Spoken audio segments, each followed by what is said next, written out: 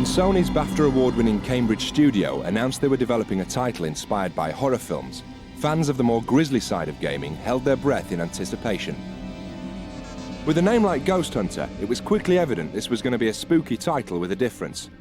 A startling hybrid of action, horror and addictive gameplay, Ghosthunter is a potent mix of the macabre and the supernatural. Following the adventures of Lazarus Jones, a Detroit cop turned Spectre hunter, players are drawn into a supernatural universe full of evil spirits and deadly monsters. Creative director James Shepherd picks up the story. The kind of basic premise of Ghosthunter is that every man, creature, every living thing that is killed or dies before its kind of allotted time becomes a ghost. And they're stored in a thing called the Array, which is very simply is a ghost prison. At the start of the game, all the ghosts are trapped in there. Lazarus is a cop, he's young, he's keen, and he unwittingly frees them all from this machine. And the creatures, they come from the machine and they go out to every kind of, they go back to their original haunting grounds. And it's Lazarus's job to go around each area and hunt, collect, capture all the kind of creatures and get them back in the Array. Ghosthunter's slick production values and movie-like visuals have become a talking point even amongst the most jaded gamers. Lead artist Jason Wilson.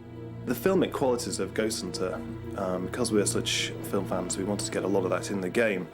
And films and games are coming together almost as one. Special effects are very, very similar. We use the same tools as special effects people, so it's a natural evolution of games that they would become more filmic. And we're very interested in good stories and good characters. We want to get a lot of character into the game. Even a lot of the ghosts have a lot of good characters. And there's a lot of secrets and little twists and turns that the game takes in the storyline, so the story should keep you quite riveted along with the gameplay of the game. From the outset, the team realised it was imperative they created a tough but equally believable leading character. What we wanted to do with Lazarus Jones is make a character that's very different from the other kind of third-person action-adventure characters out there, who are kind of like, undefeatable, monosyllabic, very, very macho, never have doubts, never kind of get scared, really. And we decided to build a character that was really cool, but was very verbal, did get scared, did sometimes have doubts, did sometimes, want to leave his kind of big quest. And so, whereas the other characters are kind of a bit like, Arnold Schwarzenegger or, Clint Eastwood, they're better than we're ever going to be. We wanted to do a character that was a bit more like kind of Bruce Willis or Will Smith, who, at your very, very best you could be. With the visual bar set so high, lead programmer Julian Rex had to utilise all of the PlayStation 2's capabilities to ensure the gameplay equalled the film-quality graphics and compelling storyline. In Ghosthunter, the role between artists and programmers is much greater than it has been in previous projects, because ghosts, they're not just models, they're not just characters that you'd see in an ordinary game, they're very ethereal, and a lot of that takes a lot of special effects. So there's a great synergy between the programmers and the artists to create these creatures. The technology that we've got, it's kind of a multitasking AI system. Basically that means that the characters can do multiple things at the same time. They can run around, they can see things, they can fight, they can communicate with each other. And kind of like the structure of that is that there's this kind of shared knowledge. So if they're kind of working in packs, they can communicate with each other, and this kind of leads to situations where you could be fighting a couple of guys and then not notice the fact that one of them has kind of snuck around the back and has outflanked you. Motion capture and inverse kinematics played a large part in creating Ghosthunter's realistic feel. We use motion capture on the main character, and something that we started doing at the start of the game was, rather than having 8-way directions, which is kind of common, we actually wanted to do something where it was a full 360 degrees of motion, so it looked really natural. But that's quite kind of difficult when you're working with motion capture and you're having to deal with the player's controls, where they can just be wiggling the stick as quick as they can. So that was a really tough thing to get right, and it's worked out really, really well. I'm really proud of the results, and it looked great. Looks really good. Part of the tool set for us to animate the characters, we use a system called inverse kinematics, which allows us to sort of take hold of a hand and place it wherever we want and the arm follow. Although that sounds quite, obvious thing to do, in computer terms that's quite a difficult thing to do. And each character has to be set up with this inverse kinematics. And therefore we don't, normally without it you'd have to rotate each joint individually. So to move, say, your hand from here to touch your face, you'd first have to rotate from the shoulder up and then rotate like this, which, works, but is very mechanical. So with inverse kinematics, you can just grab the wrist and just automatically, over time, move it to wherever you're going. And then you can tweak it to make it swing and look more realistic.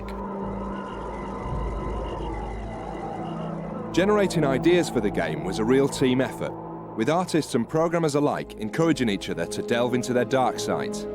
The process of designing Ghosthunter, me and James Shepherd and Julian Rex, the lead programmer, would get together and we'd talk about all the movies we've seen and great moments in games and all the things that inspire us. And me and James are very kind of geeky film buffs, and everything we talk about is in film terms and describing things from movies that no one knows what we're on about unless they watch a lot of horror films.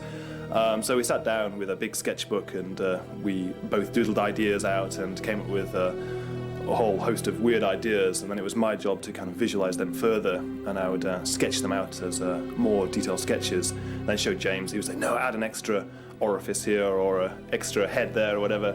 We kind of experiment creating all these different wonderful creatures, and some had to stay out of the game because they were too weird or looked too silly, but the ones we kept in the game were pretty scary.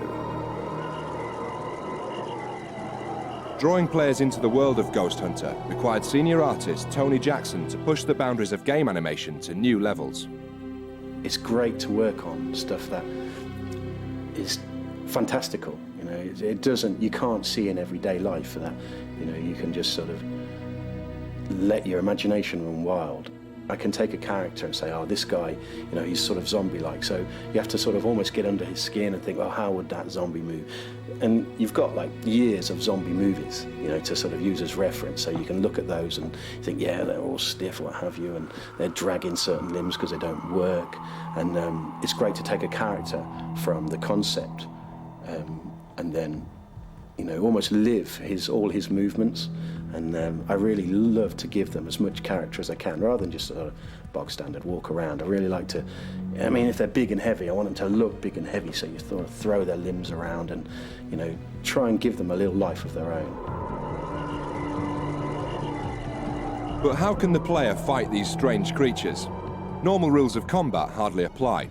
In terms of weapons, Lawrence is a cop and he's got real earth weapons. He's got shotguns and pistols and all that kind of stuff. And also he's got weapons that are kind of ghost hunting weapons, more kind of slightly high-tech sci-fi kind of weapons, which kind of you use ghost energy against the ghosts. And as you capture ghosts, the ghosts almost become ammo. They give you energy to use your weapons again. But the key device in the game is the kind of captured grenade device, and it's the best way to think of it is it's like a kind of frisbee crossed with a Ouija board, and if you get it into a ghost, it kind of it sucks the ghost into this kind of this plane of existence. So you'll have a ghost that is really elusive and you can't really attack it with any of your weapons, and then you get the grenade into the ghost and it's brought into the plane of existence, and you can get your shotgun out and blast a massive hole out of it, and then weaken it and you capture it. And once the ghosts are really, really weakened, the grenade, that it will capture them and transport them back to the array. Ghosthunter's action-packed gameplay, rich storyline and cinematic styling combines to create a title which will appeal not only to fans of the horror action genre, but to console players the world over, who demand that the same TLC devoted to big-budget movies is applied to computer games. With Ghosthunter, they won't be disappointed.